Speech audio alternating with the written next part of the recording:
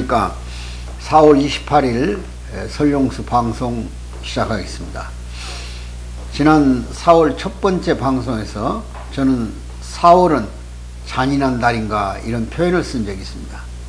왜냐하면 우리는 남북관계가 항상 긴장 고조 속에 있기 때문에 북한 행동에 대해서 상당히 민감할 수밖에 없고, 북한은 금년 4월 달이 김정은 정권을 출범시키는 4.6 선거라고, 4.6일이라고, 소위 김정일이 2012년 4월 6일 날 노동당 국무위원장 자리에 정착하는 기념일입니다. 4월 15일은 김일성 탄생 110주년이 되는 태양절 또 날짜입니다. 4월 25일은 항일 빨산 시절부터 인민군 창건이라는 이름 밑에 인민군 창설 90돌이 되는 날입니다. 그들 나름대로 그런 의미를 담는 날이기 때문에 언제든지 그런 해에는 과대한 열병식은 물론이고 북한 정권이 세계를 향해서 미사일 발사 내지 핵실험 같은 이런 강공정책을 통해서 마치 세계 앞에 자기들의 모습을 당당히 연출하는 그런 달이기 때문에 저는 4월은 잔인한 달인가 이런 표현을 썼던 적이 있습니다. 근데 실제로 4월 25일, 지난 25일이죠. 낮에까지도 조용하더니 요즘 최근에 밤 12시에 열병식을 해요.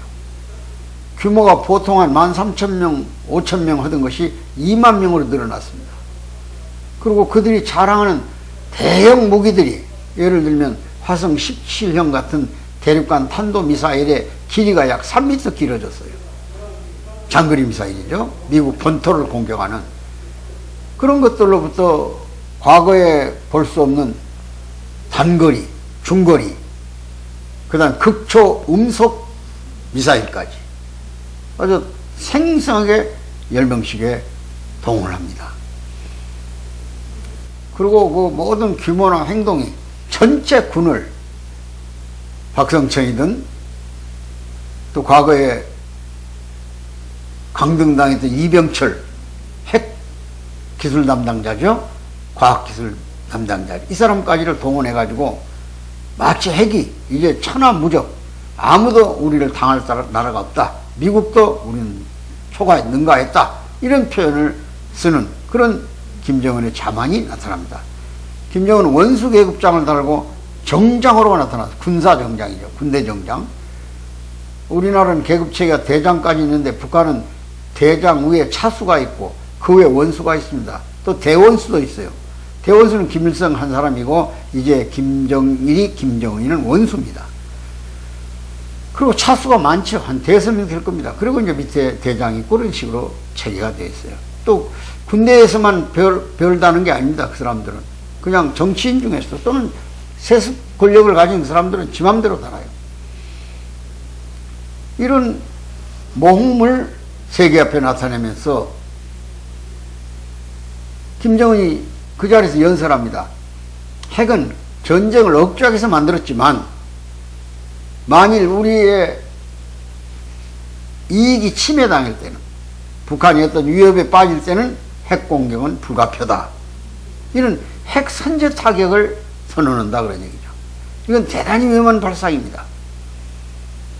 핵이란 건 미국이 만들어 가지고 유태인에서 만들어졌습니다만은 2차 대전 때 일본에 히로시마 나가사키에 떨어뜨렸고 그 피해는 상상을 초월하지 않습니까? 핵 재앙이죠.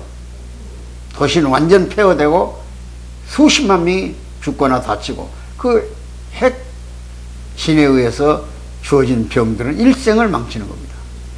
그건 뭐 핵 전쟁에 쓰인 핵 아닌 체르노빌 원자력 폭발 사태 같은 것이 현실적으로 보여주는 거 아닙니까? 그런 상황에서 북한이 이제 핵을 어느 정도 만들어 놓고 운반수단 미사일까지 완성을 해놓고 나니까 바로 얼마 전에 단거리 미사일 실험을 했지 않습니까? 소련제 아스칸다르라고 하는 미사일을 개량해가지고 KN-23, 25g입니다. 바로 수도권을 공격하는 핵탄두를 장착한 미사일이 수도권을 공격, 단순한 포가 아니에요. 과거에 장사포나 이런 다련장포가 아닙니다. 핵탄두를 다탄두식으로 연결해서 공격하겠다는 겁니다. 그 벌써 위험하죠. 이런 점에서 지금 핵은 극도의 위험의 무기로 나타났습니다. 김일성이 핵을 만들기 시작한 것은 오래됐죠. 1950년 한국전쟁 끝나면서부터 시작합니다. 60년 초에는 소련 연구소에다가 핵기술자를 파견해요. 그건 50년 전쟁 때 우리 한국군이 38선을 돌파해서 압록강까지 갔을 때 김일성, 김정일을 손목 잡고 중국 길림에 허수로 간 여관집에서 낡은 라디오에 의존해서 전황을 보살피고 있을 때 메가더가 만주 원폭 투하를 미국 트루만에게 건의했지 않습니까? 중공군이 대규모적으로 한국전에 참전하니까 그것을 억제시키는 유일한 방법은 지상전이나 공중전에서 불가능하다. 다만 핵을 통해서만 억제가 가능하다 해서 소위 트루만에게 건의했다가 메가더는 해임당했죠. 그때 김일성 부자가 얼마나 간담히 선을 했으면 전쟁 끝나자마자 핵무기 개발을 착수하겠습니까? 그때 김일성이가 정권의 최정상에 오르자마자 인민을 향해서 선언한 말이 미국과 대등한 군사력을 갖고 있어서 핵이 있어야 되고, 그러니까 북한은 이 6.25 전쟁 이후에 한 20년간은 재래식 무기에 의존했습니다만 그 이후에는 즉각 핵무기 개발에 착수, 실전 배출수까지 있는 수준에까지는 안 갔더라도 핵은 끝없이 개발해 나왔습니다. 미국은 정권 때마다 북한의 기만 전술에 속아버린 거죠. 89년에 연변 원자력 발전소 5메가와트급이죠. 규모로는 적습니다. 우리나라 원자력은 한 기가 100메가와트입니다. 그런데 5메가와트면 물방앗간이 물레방앗. 그런데도 거기서 프루토늄 생산이 된다고 말이죠. 핵, 화학, 방사 실험지라고 합니다. 원자력 발전에서 쓰고 남은 찌꺼기를 분리해가지고 프루토늄을 생산해서 그것이 핵 연료가 되는 거예요. 거기다가 우라늄은 충분히 낭림산맥, 소위 영변 저 갑산까지 뻗어 있는, 그리고 평안도 일대를 지나고 있는 촬영산맥 이런 데서 다 원료가 나온답니다.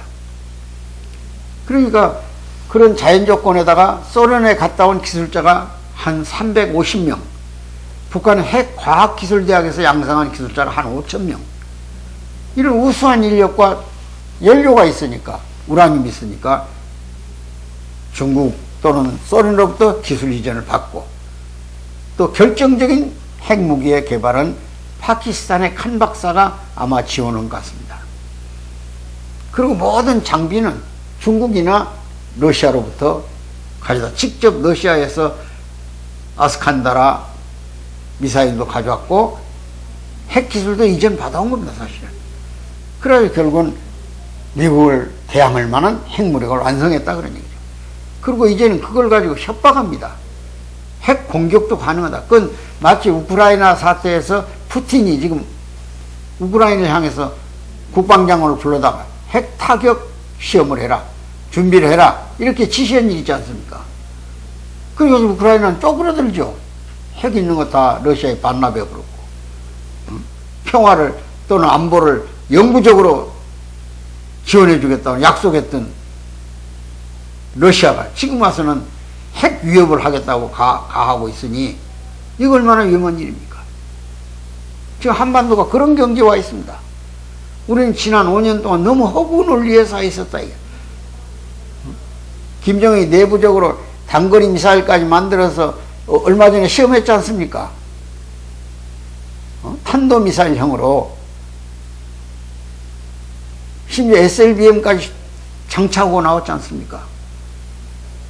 화성 17형이 우리 측에서는 아직 완성 안 됐다고 표현하고 있지만은 실제로 그들은 미국 본토를 공격할 수 있다. 그래가지고 이번에 탄두 길이가 3m나 길어진 탄두를 자기들의 장비차에 싣고 열병식에 참가했지 않습니까? 이 공상이 아니에요. 가상이 아니에요. 이제 실제예요. 우리 여기에 대해서 무슨 대책을 세우고 있냐 그런 얘기예요. 물론 선제 타격을 앞에다 내세운 한국형 킬체인이라는 게 있습니다. 바꿔 말하면 북한의 핵공격이 조짐이 나타나면 그 원점을 공격해버린다 그런 얘기예요. 사실은 그 원점 중에 원점은 김정은이죠. 명령권자. 그래서 5028인가요?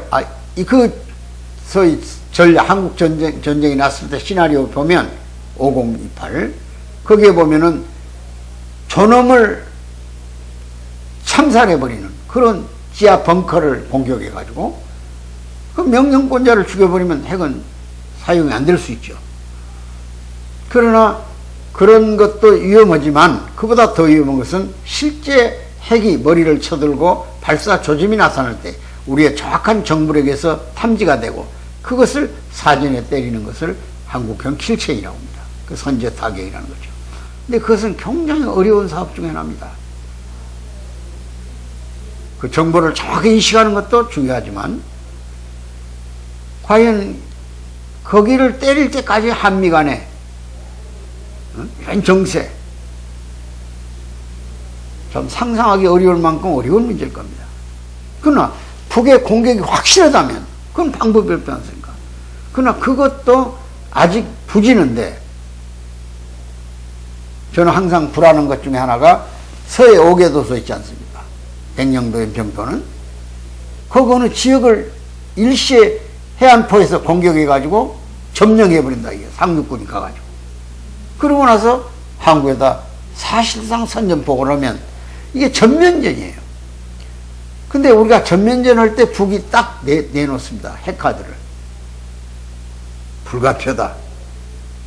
당신들이 전면전을 시도했기 때문에 우리는 그걸 사전에 예방을 깎기 위해서 핵을 단거리를 쓸 수밖에 없다. 이렇게 하고 써버렸을 때 한 지역이 초토화되어 버린다 이게.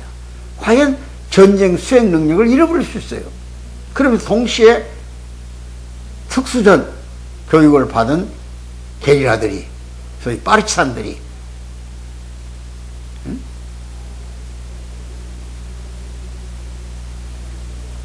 스텔스 기능의 경비행기를 타고 어느 특정 지역에 해내려고 침투해가지고 우리의 전략 거점을 확보해서 위협을 준다고 말이에요. 원자력 발전소를 파괴한다든지 또는 국방부 청사 일대를 공격해가지고 지휘부를 공격한다든지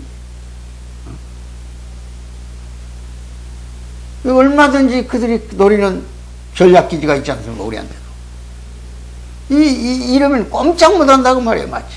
그래서 이런 것을 사전에 대책을 긴급히 세워야 되겠다 그러니까. 그럼 대책이 뭐냐? 첫째는 우리의 킬체인 구축망을 재점검하고 한미 동맹의 정치적 군사적 결속을 통해서 반드시 핵 공격 앞에 핵을 무력화시키거나 보복할 수 있는 더 이상의 북한에 피해를 줄 수 있는 실전적 메시지를 내놔야 됩니다. 그것이 국민의 신념에 나타나야 돼요. 그리고 우리 군에게 그것이 상상해라 가상이 아니라 실현실이라는 걸 보여줘야 돼요. 그런 군사적 훈련이 한미연합훈련에도 있어야지만 우리 군 자체에 있어야 된다 그런 얘기예요. 자기 운명은 자기만이 결정합니다. 과연 미국이 한국의 안보를 끝까지 지켜주겠다는 보장은 없습니다. 왜? 미국과의 동맹은 확실하지만 미국의 여론이 나빠지면 월남도 버렸고 파키스탄도 아프가니스탄도 버렸습니다. 너무 잘 알고 있지 않습니까? 미국 2개 전쟁 못합니다. 이제 이거 확실하게 알아야 돼요. 그리고 우리 군인들 지금 절대적인 주적 개념이 확실해야 되고 그 주적에 대한 필승의 전투적 신념이 확고해져야 됩니다. 그러니까 군사무기를 강화함과 동시에 군의 정신전력을 다시 강화해서 정말 귀신 잡는 해병의 기본 자세를 갖춰야 된다 그런 얘기예요. 두 번째는 국민이 후방기지에 어떤 지역에서 상황이 일어나더라도 그것을 민방위 예비군은 물론이고 국민 전체가 동원돼가지고 그걸 수습하고 그것이 확산되지 않도록 위기관리에 대한 기본 훈련을 해야 된다고 말입니다. 핵전쟁에 대한 방어훈련, 쉽게 말하면 핵이 떨어졌을 때 어떤 훈련이 필요한가를 국민에게 설득하고 그걸 실전에 경험할 수 있는 훈련 체계를 세워달라 그러지. 그러지 않고는 도저히 북한의 그 모험주의, 소위 김정은의 저런 어리석은 퍼스널리티가 위험의 도를 넘고 있고, 북한 체제 안에서 내부에서든 저항이 있을 때 아마 핵을 가지고 승부를 거는 그런 위험한 장난을 칠 수 있기 때문에 입에서 감히 핵을 가지고 우리에게 그만 공갈한 현실로 공포를 조장하고 있지 않습니까? 어제그제. 이런 면을 정부와 국민이 각성해서 우리의 대책이 확고하게 세워져 가지고 그 청사진을 국민이 습득해야 돼요. 가상이 아닌 현실로 국민이 훈련 체질화돼야 됩니다. 마치 이스라엘이 중동에는 여러 나라로부터 어떤 공격이 왔을 때 대처하는 민방공 훈련처럼 우리도 정말 무기 하나가 없어지면 10개를 사다 줄 수 있는 국민적 정신전력을 강화해야 된다 그런 얘기예요. 이런 현실이 우리 앞에 왔습니다. 이에 극복을 해서 이제 북한이 더 이상 무기 경쟁에서 이길 수 없구나. 우리나라도 그런 충분한 군사적 무력이 없는 건 아니잖아요. 지금 우리가 가지고 있는 자체 무기만 해도 여러분 저 이지스함 같은 거, 도산 안창호함 같은 거 보세요. 지금 7,700톤급에 거기에 전혀 다른 나라에서 볼 수 없는 시스템이 그 이지스급 시스템이 완벽히 갖춰져 있습니다. 거기서 우리가 수중 발사나 SLBM을 성공시켰지 않습니까? 그 다음에 우리 미사일 체계 현무 1, 2, 3, 4 청궁, 그 다음에 수리온 K2 전차, K9 자주포, 이거 세계가 깜짝 놀랄 만하고, 지금 우크라이나의 젤렌스키 대통령이 우리 국회를 위해서 연설할 때 한국형 무기만이 소련제 무기를 극복할 수 있다고 했잖아요. 그 우리 정신전력만 갖추고 북한에 대해서 우리도 노출시켜요. 너희들이 죽을 자신 있으면 하라. 핵은 어떤 경우든 상대방을 공격했기 때문에 이유가 없이 자기도 자멸합니다. 그럼 우리 전부 자멸해서 승자 없는 전쟁을 할 거냐? 여기에 대해서 비장한 각오를 김정은이 하고, 더 이상 핵을 통해서 인민을 괴롭히거나 못 살게 해서는 안 되겠구나. 자중해야 돼요. 무기 경쟁 끝없이 하면 경제에 있는 사람이 이기지 누가 이기겠습니까? 이게 도박판입니까? 새로 탄생한 정부는 제발 안보에 대해서 국민 합의에 다시는 북한 이제는 무력 공갈을 취임 못하도록 핵의 위협까지를 극복할 수 있는 자신감을 국민에게 주고, 핵전쟁이 났을 때 어떤 대비가 필요한가에 대한 실체적 방어훈련이 필요하다는 것을 오늘 말씀드려서 방송을 마무리 짓습니다. 감사합니다.